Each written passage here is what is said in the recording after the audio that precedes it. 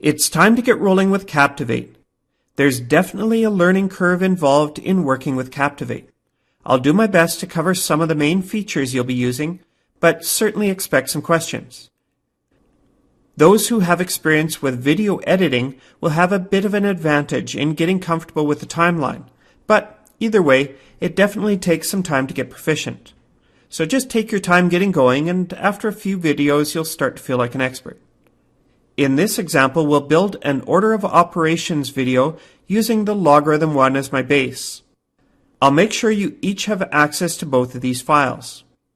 At this point, I've done my layout, planning for 4 slides. I've typed out the associated script. I've done the recordings in Audacity, and the audio files are here ready to go. Also, to meet my layout needs, I've found 3 graphics, all of them PNGs with transparent backgrounds. So we're ready to build. First, let's adjust your working window to make sure you see all the necessary tools.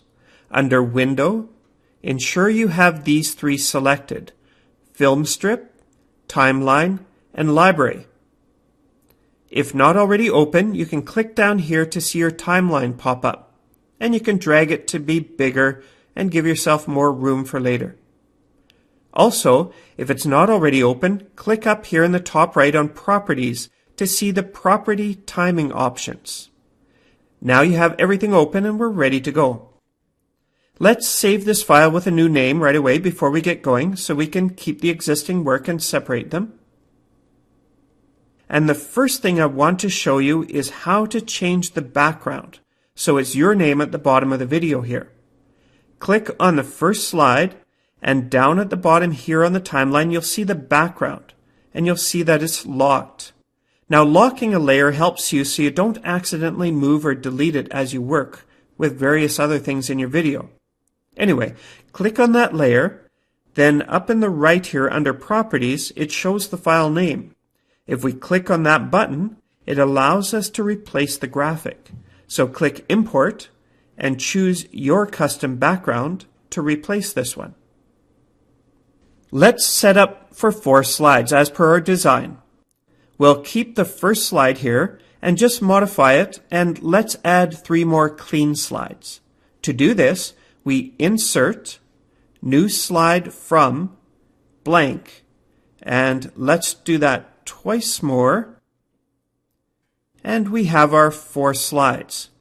We'll just leave those last 2 at the end in case we want to grab something for them. Then, before we finish, we'll just delete them. Next, let's import our audio clips into our slides. Right-click on the first slide here and choose Audio Import. Choose your MP3 file. I called mine 1.mp3. And we do the same thing for the other 3 slides. You can confirm by looking at each slide, and you see the little audio symbol down below to show that you have audio associated with the slide. So the palette is ready for us. On slide 1, we'll change the title here. We'll call it Order of Operations to Solve. And our question to tackle, 3 plus 2 times 5 minus 1. Our opening screen is complete. Now it's time to start adding pieces according to our timeline. I turn on my speakers and click play down here and listen until I hear that I'm ready for contestant 1 to appear, and then I hit pause. Once I find this place in the timeline, I can drag the contestant 1 from my desktop right onto the slide. Note that anything you drag on or copy and paste onto a slide appears in your current location on the timeline. So that's why it's convenient to play until we get to that point. If I click on my person here, I can make modifications. I can resize it, and I can use Shift Resize to keep the proportions. Under Properties over here, I can add a shadow, and the shadow settings of 10, 20, and 10 will be fine. Then from Properties, we'll switch to Timing, and we have a few things here to consider. Up here, we decide how long this image stays in our video. We look at our layout and see that we wanted them to stay in place for this slide, and then disappear at the end of the slide. So we'll just say rest of slide. Also, down here, we can set the transitions. I find things smoother when they fade in and out, so let's set this to fade in and out and set each to 2 seconds. The image will fade in over 2 seconds and then will fade out over 2 seconds at the end of the slide. And to check our timing, we can just click back on our timeline and play and see if we like our timing. If we want to adjust a bit, we can just drag the start time back and forth on the timeline to meet our needs. We do the same thing for the other 2 contestants and their times. Now, according to my layout and script, I need to show the contestants' work below each of them. I have a nice bright text from the previous video down here on the next slide, so let's grab it, Control C, and then back to the slide we're working on, the first one.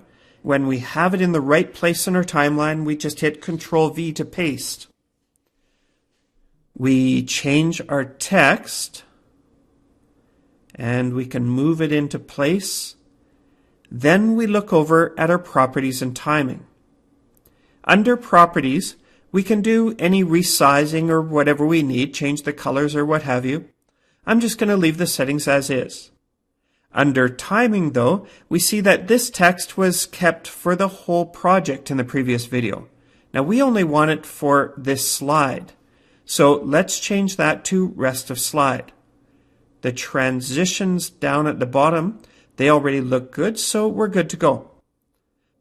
Back to our slide, we back up a bit and hit play again and just confirm that our timing looks good.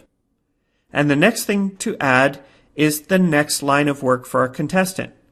We'll just grab our first line and copy and paste, then move it into position, and then adjust to suit our needs.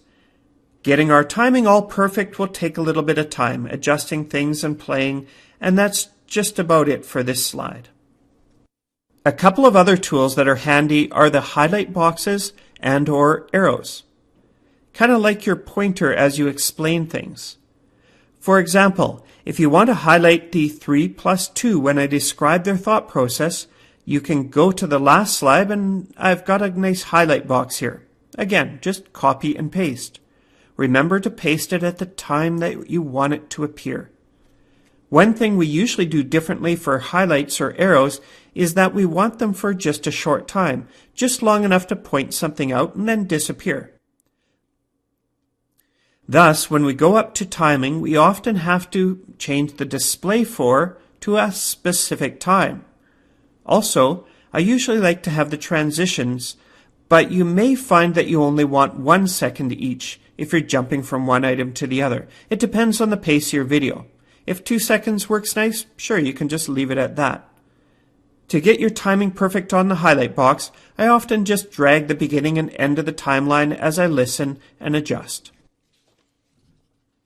While we're talking about timing, let's clarify a few things. You may wonder why the background and WCLN banner don't seem to be on the 2nd through 5th slides, but they always show up in the background.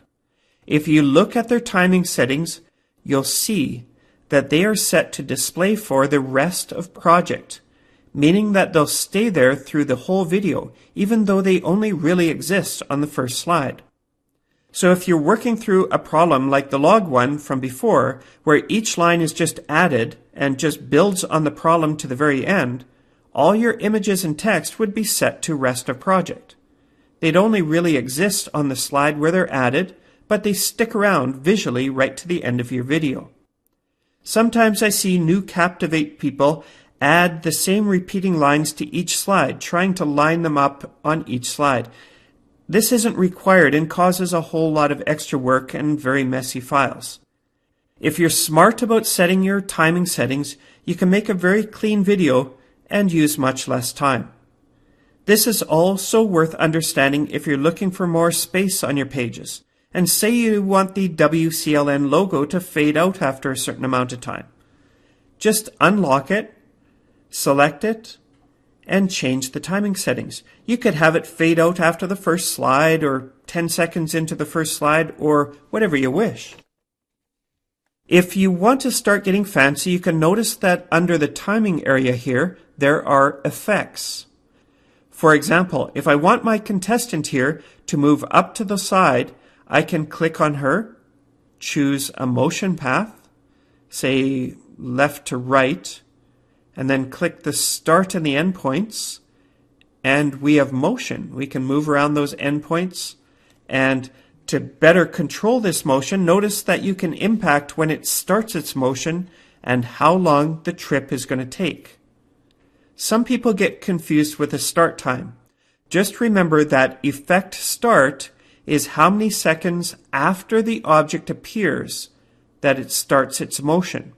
For example, we may want our contestant to appear and sit in our video for 10 seconds and then start to move. So we would set this as 10 seconds. And if you want the movement to be really fast, you could put effect duration at 1 second. They'll move to their new position in 1 second. If you want it slow and casual, you can set it to 4 seconds and they'll move to the new position rather slowly. There are a number of effects to play with once you feel comfortable with the basics. So we've explored some basics, and it's time to start talking about what do you do once you have all your slides laid out. Whenever you finish up a project, you should clean out the library. You see, when you delete or replace things in Captivate, it removes them from the slide you're working on, but they're still in the background in the library, like images or audio files from the previous video done. To clean this out, we go to the library up here. We select all unused items and delete. A nice way to clean up before you save your final copy. Keeps it nice and small. When it's time to prep it for YouTube, we save your file, then we go to File, Publish, Publish as a video, and give it a good title and put it in the right location. Choose YouTube Widescreen HD and click Publish. This will take a little while, so go fill up your water bottle and wait. The file that you end up with is an MP4, and it's good to be uploaded to YouTube.